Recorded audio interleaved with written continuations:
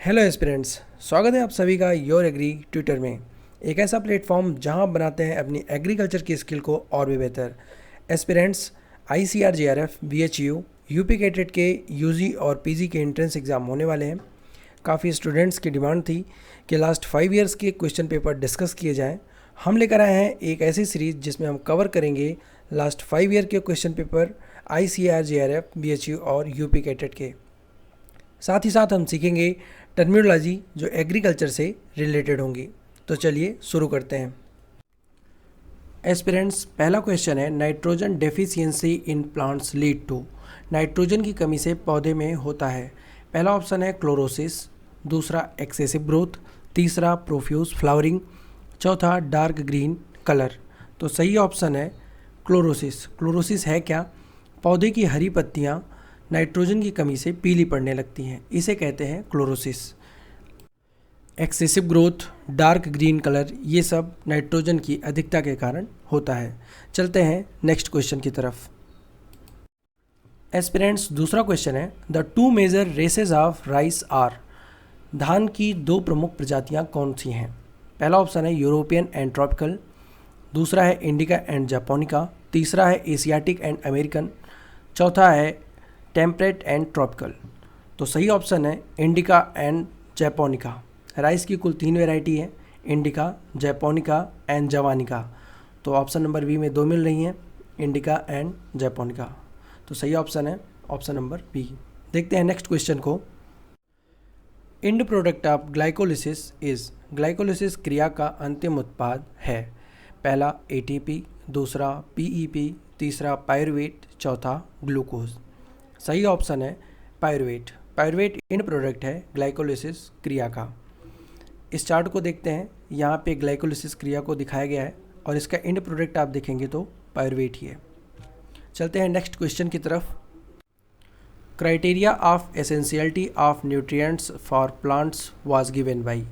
Plant के लिए nutrient की एसेंशियलिटी का क्राइटेरिया किसके द्वारा दिया गया था? पहला ऑप्शन है अर्नॉन, दूसरा है विलकॉक्स, तीसरा है लाइविक, चौथा है नन ऑफ दीज। तो सही ऑप्शन है अर्नॉन। अर्नॉन के द्वारा दिया गया था क्राइटेरिया ऑफ एसेंशियलिटी। चलते हैं नेक्स्ट क्वेश्चन की तरफ। NPK requirement in legume is generally.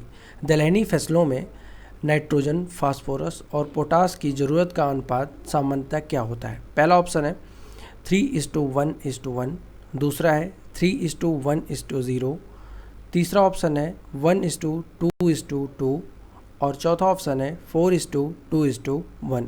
तो सही ऑप्शन है 1:2:1। इंडिया का टारगेटेड NPK रेशियो है 4:2:1, लेकिन दलहनी फसलों के लिए अलग अलग है 0.1:1, 1:2:2, 1:2:3। तो यहाँ पे ऑप्शन है 1:2:2। तो सही ऑप्शन है सी। चलते हैं नेक्स्ट क्वेश्चन की तरफ। Which of the following state has the largest geographical area. कौन सा ऐसा राज्य है जिसका जियोग्राफिकल एरिया सबसे ज़्यादा है? पहला ऑप्शन है यूपी, दूसरा MP, तीसरा बिहार, चौथा राजस्थान। तो सही ऑप्शन है राजस्थान। राजस्थान राज्य का जियोग्राफिकल एरिया भारत में सबसे ज़्यादा है। चलते हैं नेक्स्ट क्वेश्चन की तरफ। Linkage between gene affects. Gene के बीच संबंध को प्रभावित करता है। पहला ऑप्शन है वर्नालाइजेशन, दूसरा फर्टिलाइजेशन, तीसरा एनाफेज, चौथा इंडिपेंडेंट असॉर्टमेंट। तो सही ऑप्शन है इंडिपेंडेंट असॉर्टमेंट। इंडिपेंडेंट असॉर्टमेंट दिया गया था मेंडल के द्वारा।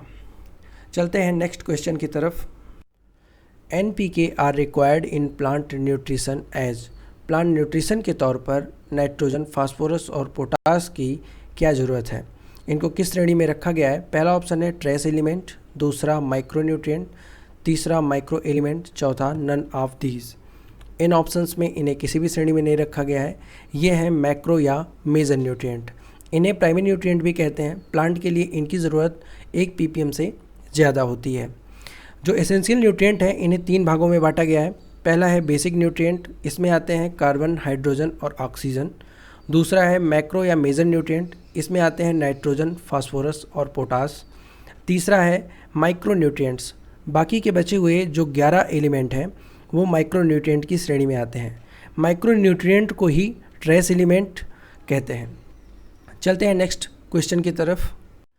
DNA contains following number of nitrogenous bases. DNA इनमें से कितने नाइट्रोजनस बेस को कंटेन करता है? पहला ऑप्शन है 1, दूसरा 2, तीसरा 4, चौथा 10। तो सही ऑप्शन है 4। डीएनए 4 नाइट्रोजनस बेस को कंटेन करता है। इनके नाम है एडनिन, गुआनिन, थाइमिन और साइटोसिन। चलते हैं नेक्स्ट क्वेश्चन की तरफ। The idea of particulate nature of inheritance was given by. Inheritance के पर्टिकुलेट नेचर का आइडिया किसने दिया था? पहला ऑप्शन है डार्विन, दूसरा मेंडल, तीसरा जॉन्स और चौथा बेटेसन। तो सही ऑप्शन है मेंडल ने दिया था idea of particulate nature of inheritance. चलते हैं नेक्स्ट क्वेश्चन की तरफ। Cryo preservation is done in liquid nitrogen eight a temperature of. Cryo preservation तरल नाइट्रोजन में एक तापमान पर किया जाता है। ये 4 ऑप्शन है। पहला है -196 डिग्री सेंटीग्रेड, दूसरा 200 डिग्री सेंटीग्रेड, तीसरा 0 डिग्री सेंटीग्रेड और चौथा 4 डिग्री सेंटीग्रेड। सही ऑप्शन है -196 डिग्री सेंटीग्रेड। तो क्रायो प्रिजर्वेशन होता क्या है? ऐसा प्रोसेस जहाँ पर कोई भी बायोलॉजिकल कॉन्स्ट्रक्ट जैसे कि सेल, मैट्रिक्स, टिश्यू आदि को प्रिजर्व किया जाता है, उसे कहते हैं क्रायो प्रिजर्वेशन। चलते हैं नेक्स्ट क्वेश्चन की तरफ। The simplest measure of variability in data set is. Data set में परिवर्तनशीलता का सरल उपाय क्या है? पहला ऑप्शन है रेंज, दूसरा मीन, तीसरा मोड और चौथा मीडियन। सही ऑप्शन है रेंज। रेंज सिंपलेस्ट मेजर है वेरिएबिलिटी इन डेटा सेट का। चलते हैं नेक्स्ट क्वेश्चन की तरफ। The minimum support price of any crop is declared. Minimum support price किसी भी क्रॉप की कब डिक्लेयर की जाती है? पहला ऑप्शन है after harvesting of the crop, before sowing of the crop, तीसरा है before harvesting of the crop और चौथा है after sowing of the crop. देखते हैं कौन सा ऑप्शन सही है। Option number B, before sowing of the crop. किसी भी क्रॉप को बोने से पहले उसके मिनिमम सपोर्ट प्राइस को डिक्लेयर किया जाता है। ठीक है, चलते हैं नेक्स्ट क्वेश्चन की तरफ। The share of agriculture sector in India GDP is. Agriculture sector का इंडिया की जीडीपी में कितना शेयर है?